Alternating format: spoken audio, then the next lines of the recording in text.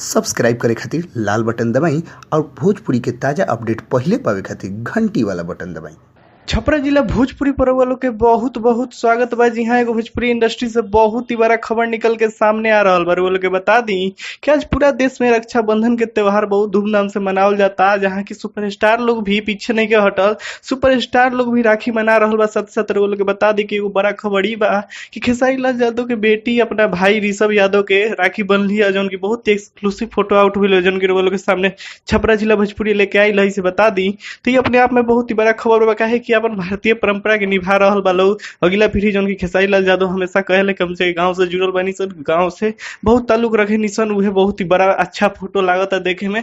इसे बता दी तो अभी तक के बहुत ही अच्छा खबर बाटे, बहुत ही सुखद खबर बा। इसे बता दी तो रक्षाबंधन के त्योहार पूरा देश भर में मनावल जाता और छपरा जिला टीम के तरफ से भी रक्षाबंधन के बहुत बहुत हार्दिक शुभकामनाएं बा अपना पूरा दर्शक खातिर। इसे बता दी तो ये खबर बहुत ही अच्छा रहा है, जैसे वो लोग के सामने लेनी है। ऐसे वो लोग के बता दी कि खेसारी लाल यादव के भी राखी बांधे खातिर उनकर बहिन लोग पहुंचल बा। मुंबई वाला घर पर धूमधाम से खेसारी लाल यादव रक्षाबंधन के त्योहार मना रहा बने। इसे बता दी तो अभी तक के खबर यह रहा जौन की रउआ लोग के सामने रखनी है सन।